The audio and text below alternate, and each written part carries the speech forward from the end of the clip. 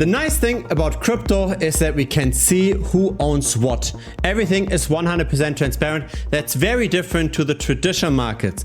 Now what this also means is that we can get insights that aren't necessarily always that positive.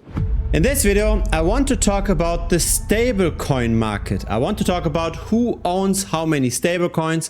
I want to talk about how concentrated that ownership is. I want to talk about how we can time the market based on stablecoin data. So here's the traditional market. Oxfam, which is not necessarily the most capitalistic NGO on the planet, Oxfam estimates that the richest 1% of the world own nearly twice as much wealth as the rest of the world put together. So in other words, 1% owns almost 66% of wealth. Now have a look at Tether, the leading stablecoin. The top 1% of addresses hold 94% of the entire Tether supply. And so if you thought that crypto is for the common man, that it's money for the people, then the data doesn't necessarily suggest this. This is much more wealth concentration compared to what even Oxfam estimates happens in the traditional markets. Now there are some interesting trends in the adoption of USDT. What we've got over here is the number of addresses with non-zero balance. So how many wallets own Tether? And this was pretty nice constant growth up until the beginning of 2022. The beginning of 2022 was over here. Bitcoin did not necessarily gain from that weakened adoption of stablecoins. And then after a crash of the number of wallets at the end of 2022, we have seen a recovery. And so Bitcoin was able to subsequently recover as well. Now the number of wallets that hold Tether tends to increase over time, but that doesn't mean that all of those wallets are active. Here's the number of active wallets that hold Tether. And that stopped growing since the middle of 2020. So we see continued adoption, but a lot of that adoption is simply just storage. It's not necessarily active trading. Now again, it's interesting how we see just before the start of 2023 a nice spike in the number of active addresses. And again, that is just before the rally in Bitcoin started. We are seeing again another spike, not as high as at the end of 2022, but still this could be a potential positive signal. But of course, this metric is pretty noisy. I personally don't change my stance on the overall market just based on this signal. Here's something very similar. It's the number of new addresses. This is also spiking again. The main problem with crypto YouTube is conflict of interest. Too many YouTubers shill garbage, promote garbage, and fill up their pockets in the background. Not this channel. Instead, there's simply the offer where I share my skills, my perspectives to you, and where I also share direct access to me, where you can ask me any questions. Feel free to check it out. The premium membership link is down below.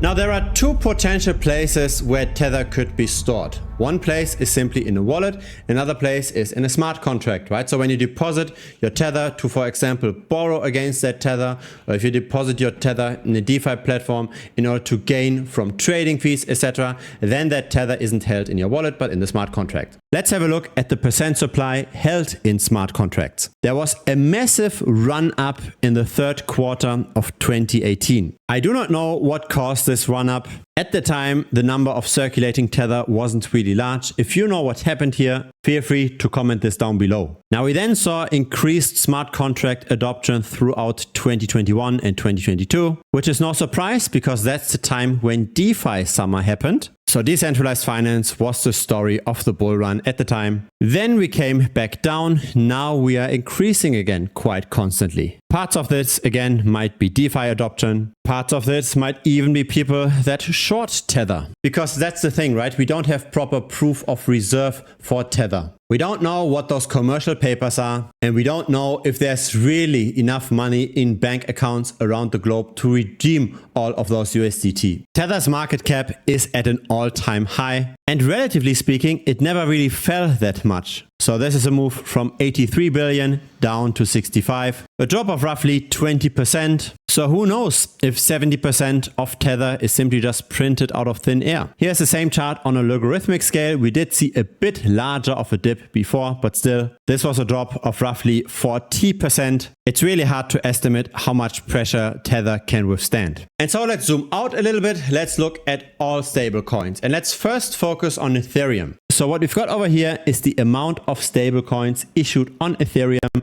When this is expanding, money is flowing from the fiat system into crypto. When this is shrinking, then people are withdrawing net from crypto and convert this back into fiat. So we've seen the market being massively spooked after the collapse of FTX and of Terra Luna. That stopped though in October of last year. Then we saw the market kept rising again. But in April of this year, that has stopped. And interestingly enough, March, April was also the time when Bitcoin tended to peak. The altcoins suffered even more. This is the altcoin dominance, or others D. That went down from 13.5% to 9.2%. A drop of more than 4 percentage points, or 31%. So it appears as if new stablecoins are a requirement for altcoins to do well. If this is not growing, the prices of altcoins tend to even shrink. But there's also another way to look at the stablecoin market cap, and that's the more common way. It's to look at all of the chains, not just Ethereum. And that's not necessarily as flat since April of this year. We do see a bit